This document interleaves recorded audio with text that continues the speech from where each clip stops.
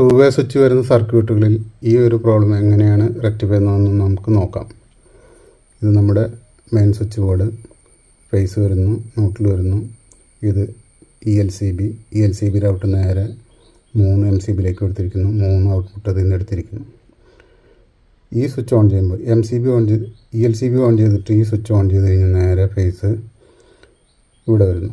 ഇവിടെ വരുമ്പോൾ ഇത് ആദ്യം ഒരു 1 വേ സ്വിച്ചിലേക്കാണ് കൊടുത്തിരിക്കുന്നത്.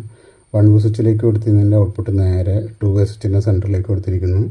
അതുപോലെ തന്നെ ഈ 2 വേ സ്വിച്ചിൻ്റെ സെൻറ്ററിൽ നിന്ന് അടുത്ത 2 വേ സ്വിച്ചിൻ്റെ സെൻറ്ററിലേക്ക് കൊടുത്തിരിക്കുന്നു. ന്യൂട്രൽ നേരെ ELCB ഔട്ടായിട്ടുള്ള ന്യൂട്രൽ നേരെ കൊണ്ടുവന്ന് പ്ലഗിൻ്റെ ന്യൂട്രൽ പോയിൻറ്റിലേക്ക് കൊടുത്തിരിക്കുന്നു. അതുപോലെ തന്നെ ലാമ്പിൻ്റെ ന്യൂട്രൽ പോയിൻ്റ് കൊടുത്തിരിക്കുന്നു. അതോടൊപ്പം തന്നെ ഫാനിൻ്റെ ന്യൂട്രൽ പോയിൻറ്റിലേക്കും കൊടുത്തിരിക്കുന്നു.